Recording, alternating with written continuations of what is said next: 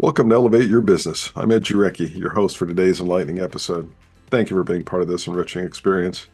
Our show is dedicated to enlightening and equipping business owners, professionals, and aspiring entrepreneurs like you with essential knowledge and insights from experts who have achieved success in their life and business. Today's guest personifies this mission. So let's extend a hearty greeting to our wonderful guest today, Tami Bonnell. Tami is a co-chair of EXIT Realty Corp International and an internationally recognized leader in the real estate industry. She is celebrated for her role in building 3 major brands as part of her extensive career spanning over 30 years. She's consistently been honored as one of the most powerful and influential figures in residential real estate. A dedicated wife, mother, and grandmother, Tami also enjoys martial arts in her spare time. So join us as we dive into her insights and experiences that are sure to inspire every business owner and entrepreneur listening. As Tami joins us on the show, she'll share what success means to her personally and how her definition has evolved over time, as well as one or two of her top challenges and the associated lessons learned. And finally, we'll explore how Tami has leveraged innovation in her business and other work to overcome challenges and achieve her goals. So join me in welcoming Tami Bonnell as we embark on another incredible episode of Elevate Your Business. Without further ado, welcome to the show, Tami. How are you doing today? I'm doing great. Thank you so much for having me. Oh, it is my pleasure and my honor. As we've talked prior to the show, what you do is absolutely incredible. Your focus, the culture that you drive your organization with, and really excited for you to share a little bit. So if you don't mind, could you share a little bit more about yourself and your business with our audience? Well, I'm the co-chair of EXIT Realty Corp International. It's a residential franchise, and it runs a little bit different than other companies. We literally built the entire organization based on human potential. So we really focus on getting the most and the best out of our people first, and honestly showing them who they can become. And it's been an amazing experience. Everyone in the entire organization has an opportunity to win, not just agents that are listing and selling real estate and brokers that are owning and regional owners, but the administrators of the office even end up with a bonus based on how much they help build. And we give back to the communities as well. And we've been doing it since the very beginning, since Exit first started, even before it became popular. So it's been a great experience. It's been honestly a life-changing experience for me. Outstanding. Thank you. And so when you think about your journey and how it's evolved, how do you define success today? You know, I was really thinking about this, and I honestly believe that every one of us was put here for a special purpose. And when you really find out what that is, you're successful. You're much more fortunate than anybody else. I believe that everybody's a human becoming, so we're always a work in progress. But if you know what you were honestly put here for, and you get the opportunity to experience that, I think you're very successful. Honestly, I think I was put here to see something in someone and show them who they can become, because I believe that people become who we tell them they can be. And it's always that exposure to experiences. And you see it when somebody has a light go on and they find their passion. They find something that's really meaningful for them. They find something meaningful to do. I don't think that's always work. It could be anything from charitable work or whatever, but finding out that special purpose for you, knowing what you were put here for, is definitely my definition of success. So how has your definition evolved over time? Well, I think when I was young, it was you wanted to get to that next level in everything. I was in sales a lot of the time, and you wanted to get to that next level of win, to be the number 1, 2, 3, 4, 5, starting off with number 5 and working your way up to number 1, that opportunity to be able to earn income. And then you realize that stuff is just stuff, and that it really is about the impact that you can make. Helping to transform other people is so much more valuable. And it's funny because you become fortunate in every single area when you drop all the things that you thought when you were younger. The second you let go of all of that and really focus on doing the right thing, right? Adding value to every person that you get in front of, all of a sudden doors open like crazy and opportunities open like crazy. Mm-hmm. So I think we get out of our own way as we start to evolve. The light of passion starts to show in our eyes and our actions, right? Absolutely. And so when you consider that journey, no business journey is without challenges. What are 1 or 2 of your top challenges and the associated lessons learned? Well, these are big challenges that we ended up having as a company. And I think that it's a great picture for everybody, because it's about really and truly living your mission statement. You build a business and you have a specific mission statement of what it is that you want to accomplish and what you want to represent. And then all of your actions need to follow suit. So when we were in the worst recession since the Depression, this organization originated in Canada, and They have the best banking system, and very different than the United States. People put a lot more money down on a home. So when we were going through the recession, 2009, 2010, they finally caught on to the fact that short sales weren't really short, and that all of those transactions that were on the books, really, a lot of them weren't going to close. And that was a shock to them because they don't have foreclosure, and that very few people ever end up foreclosing or giving their property back to the bank. So it was an unbelievable eye-opening experience, but it was so gratifying, as crazy as that sounds. The founder of the company, myself, and our chief operating officer were sitting there in almost into 2010 and get a phone call. We're speaking at an event in Fredericton, New Brunswick, and Erica calls up on the phone and says, "We're going to run out of money in 90 days. And everybody stopped short. I think the room turned black for me. We're in this really giant hotel, and I think the room turned completely black. And it was funny. All three of us at the same time said, "All right, who are we as a company?" And we said we're a company built on human potential. So the founder said, "Okay, we're not going to lay anybody off." I said, "Okay, nobody's going to take a hit and pay other than the people that are in leadership, because if we're responsible when things are going good, then we're responsible when things are struggling." We didn't lay off one single person. We were the only people that took a hit, and we outsold our way. I went and sold regions across Canada and the United States. We outthought and outsold our way out of the recession. And the most amazing thing that happened out of that was we created trust with all of our people.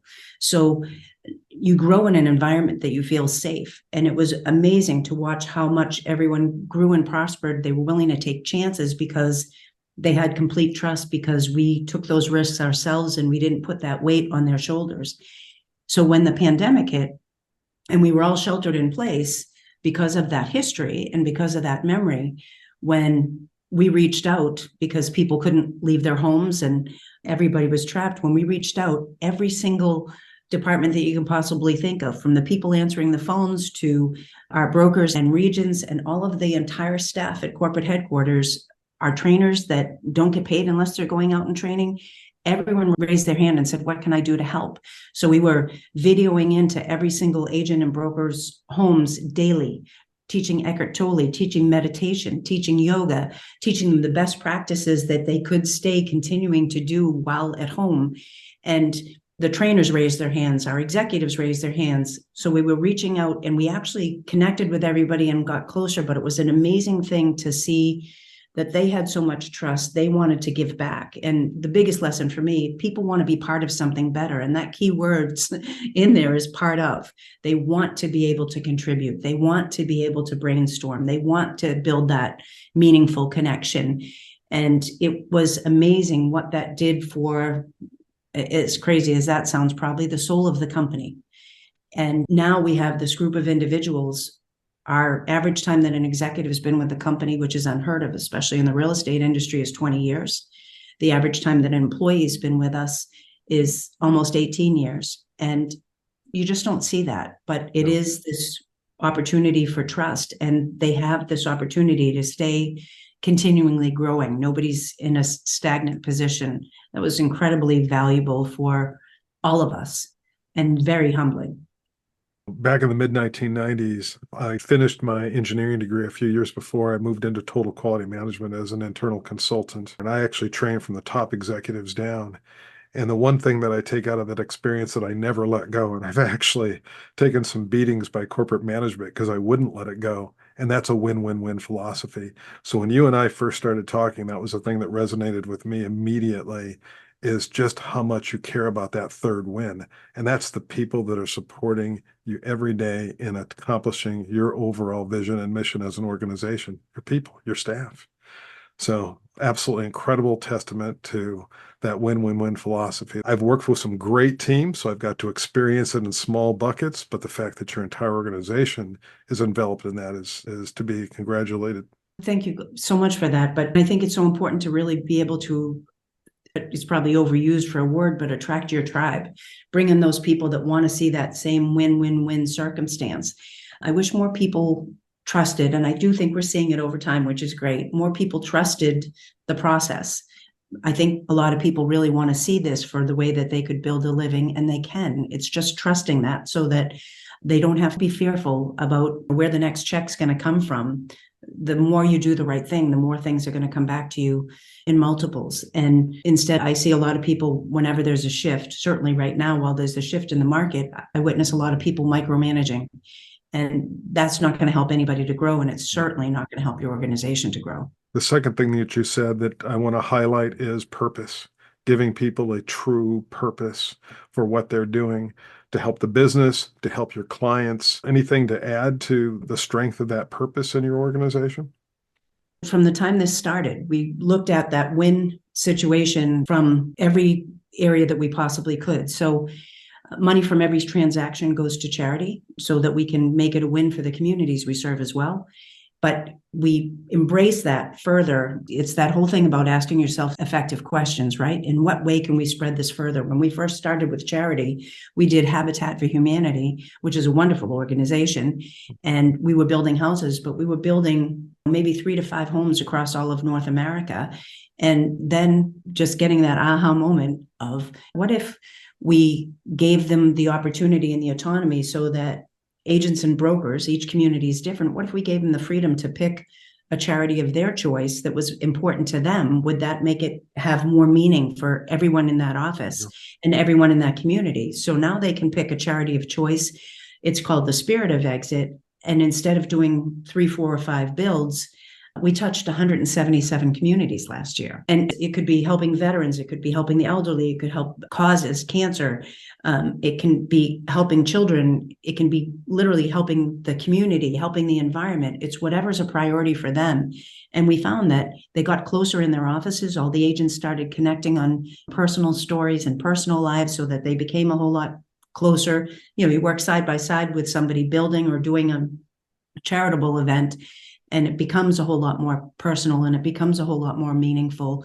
And they start to understand why people are doing what they're doing. And that has just really resonated. So to date, we've paid out in excess of $7 million to charities all over North America. Outstanding. That is outstanding.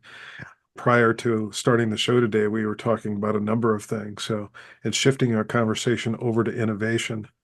How is innovation playing a role in your business?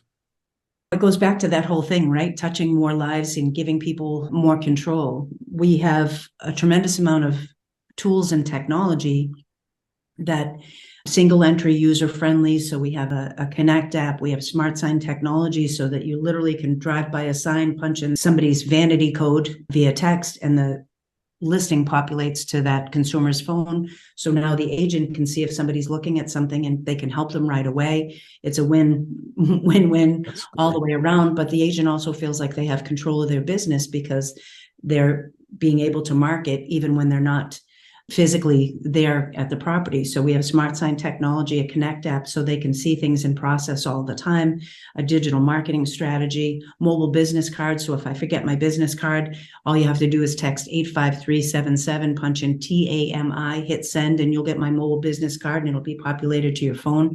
So it gives them a lot of control in the palm of their hand.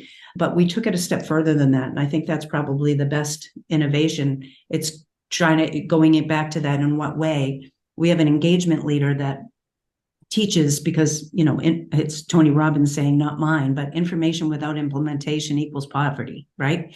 So the biggest issue is trying to get people to implement what they're using. So we have an engagement a woman and director of engagement that is in charge. She speaks English, Spanish, and technology. She teaches the brokers in the morning, the agents in the afternoon. And one day I just posed it to her, how do we make you into a hologram so that we can touch more people? And so now we have engagement leaders within the offices so that they're teaching people hands-on right now, today, as you start. It gets them onboarded right away, but they have their device in front of them so that they can apply things right away. It doesn't matter what we have on the shelf if people aren't utilizing it.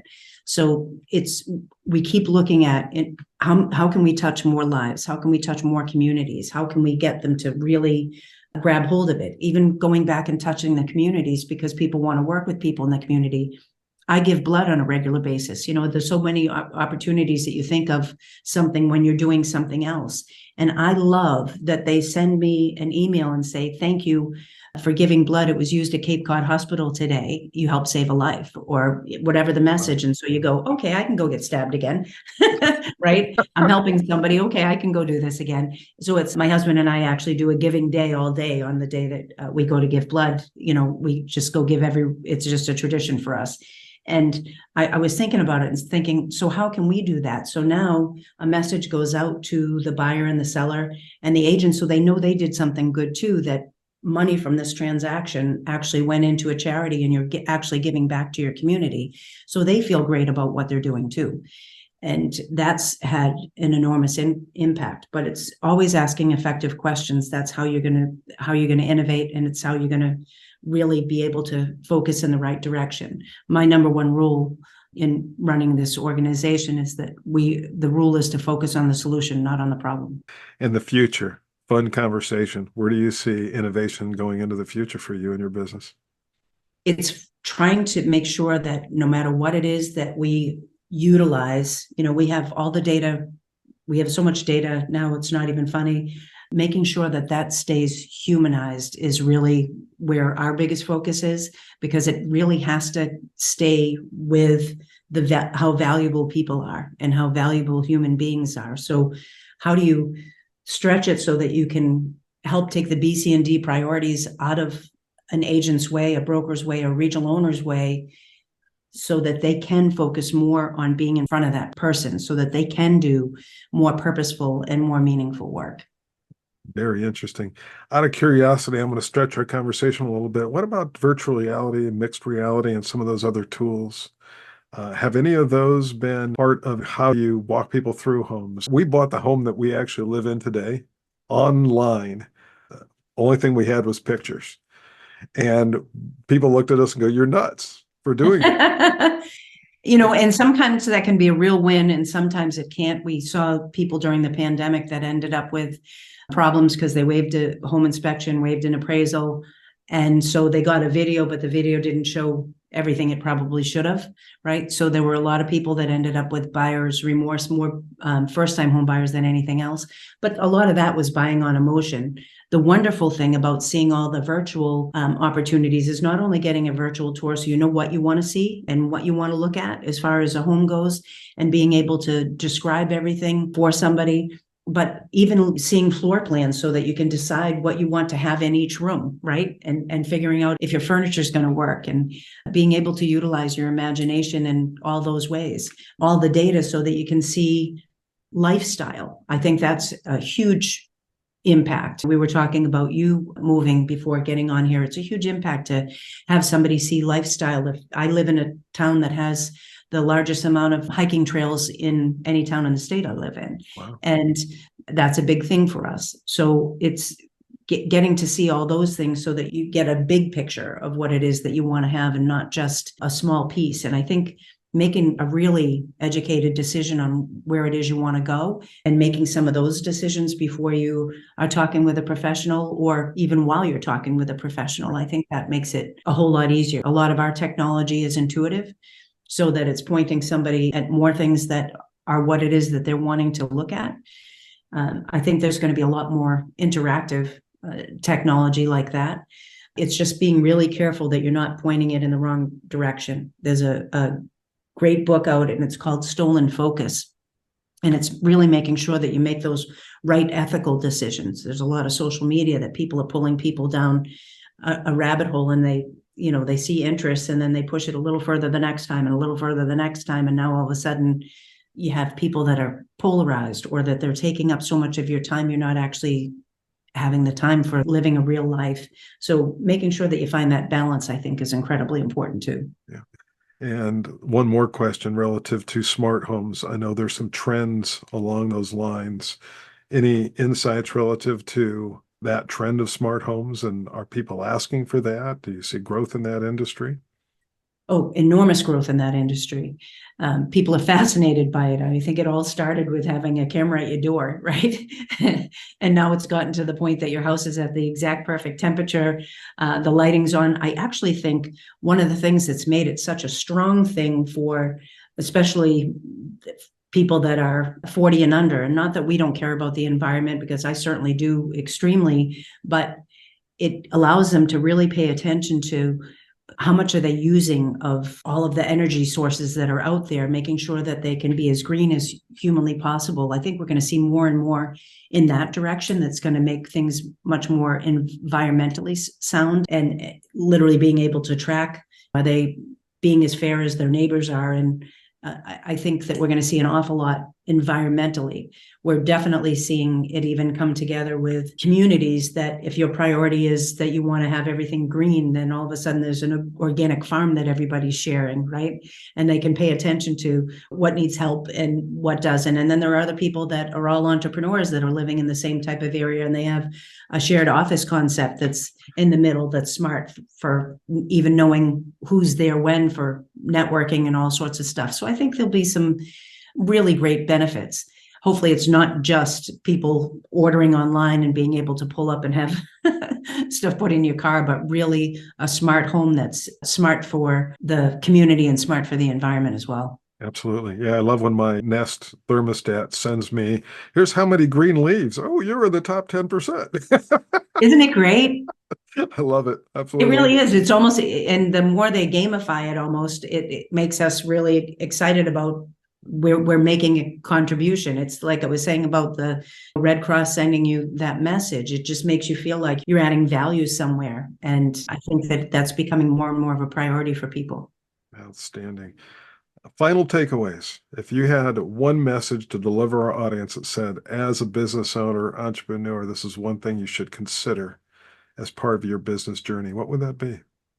I think that action speaks louder than words. And this is probably, I typically say top 3 things that I think help people to get to a certain point. But I think the number one thing is that you need to work on your life and on your business every month. Book off 4 hours every single month to work on your life, not in it, on your business, not in it. Plan in advance, so that the 15th of May, you're planning in advance till the end of June. The 15th of June, you're planning in advance till the end of July. How can I maximize on every single moment? How can I maximize on all the marketing I'm doing? How can I add guerrilla marketing to it? How can I maximize in every area? Make sure that it includes your financial picture, marketing, what it is that you have for goals, what it is you have for appointments, and don't forget your personal life in the picture, because nothing is, if you build a business and it's not beneficial to the people that you love, it wasn't worth it. Right. Combines a business passion, living life. That's helped me more than anything for being as effective as humanly possible, is booking off 4 hours once a month to work on your business, not in it, and on your life, not in it. That is wonderful advice. Any final thoughts? No, this has been a pleasure. Thank you so much. Oh, it has been my pleasure as well. I want to thank you all for joining us today, and a special thank you to our incredible guest, Tami Bonnell, for sharing her insights, experiences, and success tactics with us. We hope the conversation has left you inspired and motivated to embrace the challenges of entrepreneurship with vigor, innovation, and adaptability. Remember, success comes in many forms, and it's essential to define it for yourself. Take the lessons shared by Tami to heart as you navigate your own entrepreneurial journey.